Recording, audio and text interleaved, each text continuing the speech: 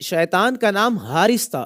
معلوم یہ کرنا ہے کہ جب یہ شیطان کا نام تھا تو یہ نام رکھنے کا کیا حکم ہے؟ آیا کہ حارث نام رکھ سکتے ہیں یا نہیں؟ علماء کرام ارشاد فرماتے ہیں کہ شیطان جب ابلیس نہیں بنا تھا تب اس کا نام عزازیل تھا، اور اس کے علاوہ دیگر نام بھی جو ہے اس کے منقول ہے، جن میں سے ایک نام حارث بھی ہے۔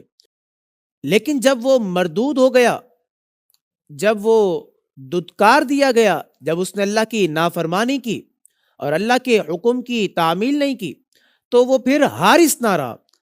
اس سے یہ بات واضح ہے کہ حارث نام رکھنا یہ جائز ہے، یہ نام رکھا جا سکتا ہے کہ حارث کا معنی ہوتا ہے کمانے والا، اور اس کا نام رکھنا بالکل جائز ہے، اچھا ہے، اور اس میں کوئی حرج نہیں۔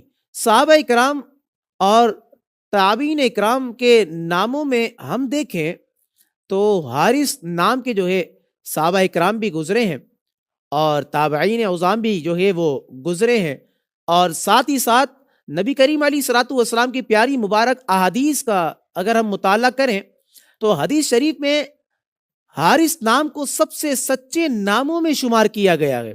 چنانچہ حدیث پاک میں حضرت ابو وہب رضی اللہ تعالیٰ عنہ سے روایت، وہ فرماتے ہیں کہ اللہ کے نبی کریم علیہ الصلوۃ والسلام نے ارشاد فرمایا کہ نبیوں کے نام پر نام رکھو، اور اللہ تبارک و تعالیٰ کو زیادہ پسندیدہ نام جو ہے وہ عبداللہ اور عبد الرحمن ہے۔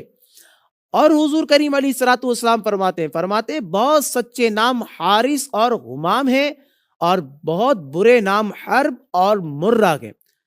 تو دیکھیں آپ کے سامنے احادیث مبارکہ میں حارث نام کو سچا کہا گیا ہے، لہذا اس نام کو رکھنے میں کوئی بھی قباحت نہیں ہے، یہ نام رکھنا بالکل جائز ہے۔